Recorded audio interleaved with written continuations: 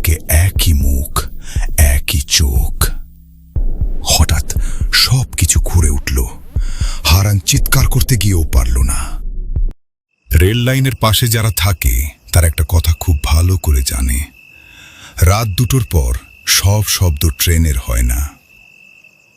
মেদিনীপুরের এক rail colony, main line আর কর্ব লাইনের মাঝখানে গড়ে ওঠা টিনের চালের বস্তি। দিনভর কোলাহল থাকলেও রাত নামলে জায়গাটা অদ্ভুত চুপচাপ হয়ে যায়। লোকমুখে শোনা যায় ওই কর্ড লাইনের দিকে রাত বেশি হলে না যাওয়াই ভালো, ওখানে নাকি বাতাসও কখনো কখনো থেমে থাকে। সেদিন রাত তখন 2:15, কারেন্ট নেই। টিনের চালের নিচে গরমে দম বন্ধ হয়ে আসছে। ঘামে ভিজে হারান বিড়িতে আগুন ধরিয়ে বাইরে বেরোল। অন্ধকারের মধ্যে দাঁড়িয়ে একটু হাওয়ার আশায় সে নাসিরকে ডাকল। নাসির বিরক্ত হলেও বেরিয়ে এলো। দুজনে ধীরে ধীরে লাইনের দিকে হাঁটতে শুরু করল। ওদের বস্তিটা এমন জায়গায় যেখানে মেইন লাইন ভাগ হয়ে কর্ড লাইনে ঢুকেছে। দিনে এই জায়গাটা খুব সাধারণ লাগে, কিন্তু রাতে ঝোপঝাড়, কলাগাছ আর গভীর অন্ধকার মিলিয়ে জায়গাটাকে যেন কিলে খায়। দূরে একটা লাল সিগন্যাল জ্বলছিল। আলোটা লাইনের ওপর পড়ে চকচক করছিল, যেন ভেজা কিছু ছড়িয়ে আছে সেখানে। হাওয়া নেই, শব্দ নেই, শুধু গরম আর নিস্তব্ধতা। দুজনে লাইনের ধারে বসে গল্প করছিল। হঠাৎ সিগন্যালটা সবুজ হয়ে গেল। নাসির নিচু গলায় বলল, মালগাড়ি আসবে বোধহয়। কিছুক্ষণ পর দূরে একটা ভারী শব্দ ভেসে এলো, ধিক ধিক ধিক। অন্ধকার ছিঁড়ে একটা লম্বা মালগাড়ি এগিয়ে এলো। ওরা সাইডে দাঁড়ালো। গাড়িটা পাশ কাটিয়ে একটু দূরে গিয়ে হঠাৎ অস্বাভাবিকভাবে থেমে গেল। ওরা দুজনেই একে অপরের দিকে তাকালো।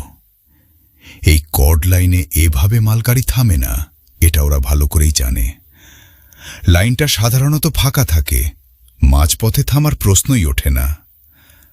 হারানের মনে হালকা এক সন্দেহ দানা বাঁধল। সে চাপা গলায় বলল, এটা ঠিক লাগছে না রে। নাসির কিছু বলল না, শুধু অন্ধকারের দিকে তাকিয়ে রইল। হারান বলল, চল দেখে আসি। নাসির মাথা নেড়ে বলল, আমি যাচ্ছি না, তুই যা। হারান একা হাঁটতে শুরু করল। পাথরের ওপর পা পড়ার শব্দ, মচ মচ। চারপাশে অন্ধকার আরও ঘন হয়ে উঠছিল। কিছুটা এগিয়ে ইঞ্জিনের কাছে পৌঁছতেই ড্রাইভার টর্চ মেরে চেঁচিয়ে উঠল, এই তোরা এসব কি করিস রে, লাইন দেখতে পারিস না? হারান থমকে গেল। তার গলা শুকিয়ে গেছে। সে কাঁপা গলায় জিজ্ঞেস করল, কি হয়েছে? ড্রাইভার বিরক্ত হয়ে সামনে দেখালো, তোর সাথেই তো ছিল, দেখ কি অবস্থা হয়েছে। হারান ধীরে ধীরে সামনে এগোলো। তারপর সে থেমে গেল। লোহার ঝাঁঝরির ফাঁকে পেঁচিয়ে আছে একটা শরীর, বিকৃত চটের বস্তার মতো চড়ানো। শরীরের অংশগুলো লোহার গায়ে লেগে আছে, যেন কেউ জোর করে কুঁজে দিয়েছে।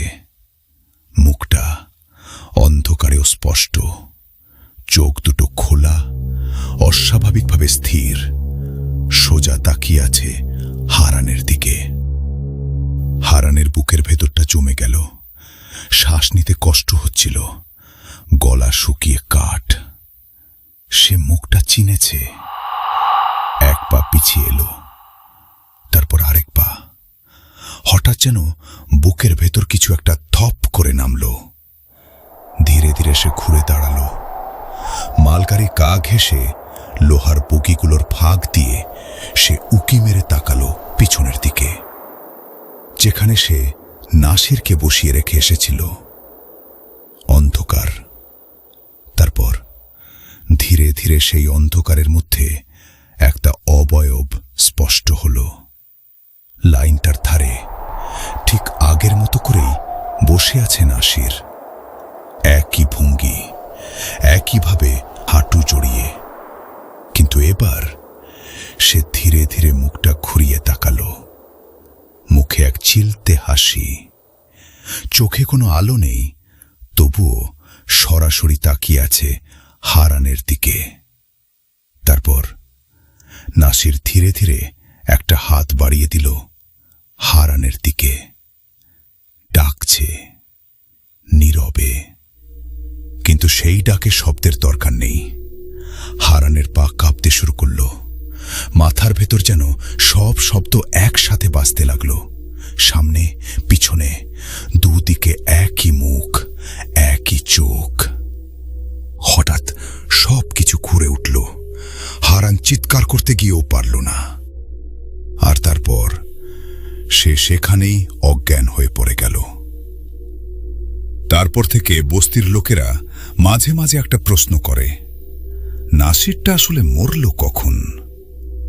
হারানের সঙ্গে লাইন ধরে বেরোনোর সময়ই কি সব শেষ হয়ে গেছিল, নাকি মালগাড়ি আসার আগের মুহূর্তে হারানের সঙ্গে লাইনটা পার হতে পারেনি? তাহলে যে নাসিরটা অন্ধকারে বসেছিল, হাত বাড়িয়ে ডাকছিল, সে কে? আর ইঞ্জিনের সামনে লোহার ঝাঁঝরিতে পেঁচিয়ে থাকা, বিকৃত হয়ে তাকিয়ে থাকা সেই মুখটা, সেটাই বা কে? রাত 2টোর পর কর্ড লাইনের দিকে তাকালে হয়তো আজও উত্তরটা খুঁজে পাওয়া যায়, যদি তুমি একা না থাকো।